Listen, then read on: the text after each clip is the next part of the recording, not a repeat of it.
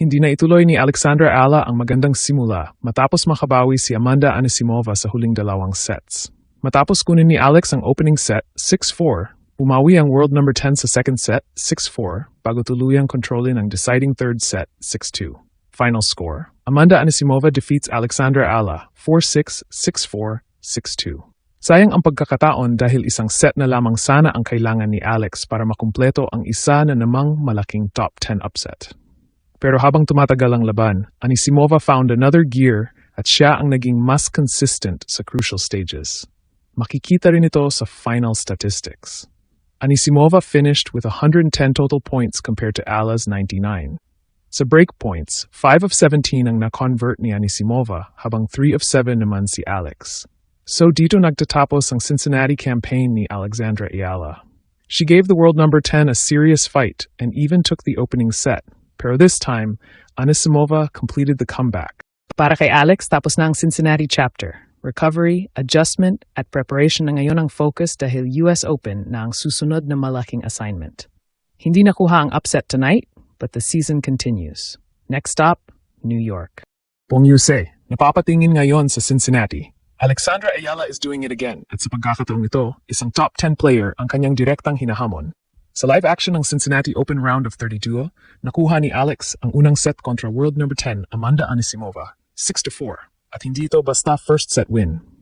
Unang laban kung gaano ka-composed ang Filipina. Sa screenshot ng live stats, habang nagsisimula ang second set, 2 out of 5 breakpoints ang na-convert ni Alex, habang si Anisimova ay 1 out of 10 lamang.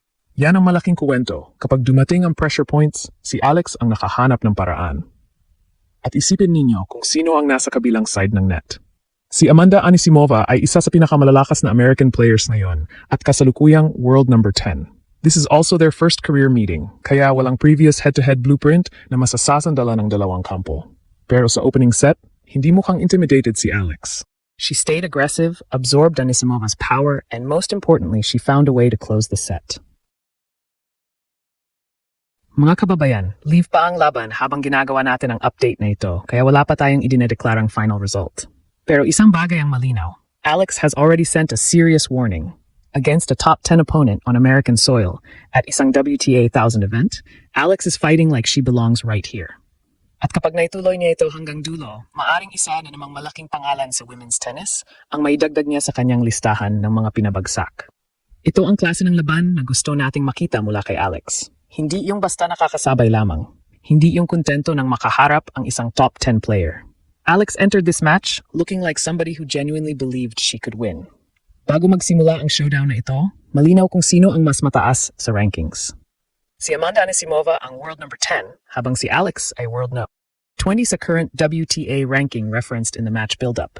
At first career meeting, dinito ng dalawa. Pero rankings don't play the points. At yun mismo ang ipinakita ni Alex sa first set. 6-4. Napakalaking statement niyan dahil ang kalaban niya ay hindi ordinaryong player. Anisimova possesses serious baseline power and can dictate rallies when she gets comfortable. Kaya ang malaking challenge para kay Alex ay hindi lamang makipagsabayan sa palo. Kailangan niyang pigilan ng American na makuha ang rhythm nito. And Alex did enough of exactly that in the opening set. Ang isa sa pinakamagandang indikasyon ay ang breakpoint numbers na nakita natin sa live statistics. Alex converted 2 of 5 opportunities. Anisimova, meanwhile, had generated 10 breakpoint opportunities but converted only 1 sa snapshot na ipinakita habang nagsisimula ang second set. Think about that. 10 chances. Pero isang break lamang ang nakuha. Ibig sabihin, paulit-ulit na inilagay sa pressure situation si Alex, pero paulit-ulit. Ito ang klase ng development na napakahalaga sa isang player na gustong maging permanent fixture sa elite level ng WTA. Hindi lahat ng araw perfect ang serve. Hindi lahat ng rally ikaw ang unang makakaatake at hindi lahat ng service game magiging comfortable. The elite players survive ugly moments. At sa first set na ito, Alex survived enough of them and then punished Anisimova when her own opportunities arrived. Kaya huwag nating tingnan ang 6-4 bilang simpleng numero lamang. Behind that score was pressure. Behind that score were break points. Behind that score was a Filipina standing across the net from the world number 10 and refusing to surrender the initiative. At mas lalong nagiging interesting ang story kapag binalikan natin kung paano nakarating si Alex sa round na ito. Sa previous round, lamang siya kay Elena Gabriela Rus ng 6-1, 3-0 na mag-retire ang Romanian dahil sa injury. So Alex entered this match having already shown excellent form in Cincinnati. Meanwhile, Anisimova advanced after defeating Zeynep Sönmez, setting up this blockbuster first meeting. At ngayon, nakita natin kung bakit napaka-intriguing ng matchup. Power versus movement. American firepower versus Filipino fighting spirit. At higit sa lahat, dalawang players na gustong lumalim sa isang napakalaking WTA 1000 tournament. May isa pang bagay na dapat nating bantayan. The psychological battle. Kapag ikaw ang top 10 player at ikaw ang expected favorite, ayaw mong makitang lumalaki ang confidence ng underdog. Pero kapag nakuha ng underdog ang first set, everything changes. Biglang may scoreboard pressure. Biglang bawat service game nagiging mas mabigat. Biglang ang crowd ay naghihintay kung may upset na mabubuo. At para kay Alex, kabaligtaran niyon. Every big point she wins can make her believe even more. Kaya ko ito. That is why this first set matters so much. Hindi pa tapos si Alex ng napakalakas na mensahe. World number 10 or not, kailangan siyang seryosohin ni Amanda Anisimova hanggang sa huling bola. At dito ngayon, magiging napaka-critical ng second set. After winning the opener 6-4, ang pinakamalaking challenge kay Alex ay simple sabihin pero mahirap gawin. Huwag bumaba ang intensity. Top players respond.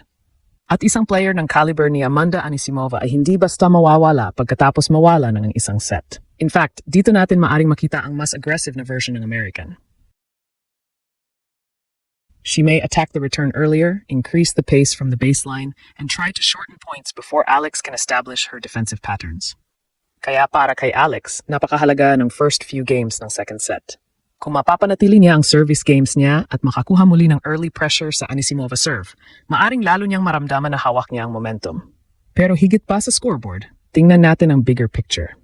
This is a WTA 1000 tournament. The Cincinnati Open runs from August 13 to 23 and is one of the biggest stops before the US Open. At ang kaharap ni Alex, a top 10 opposition.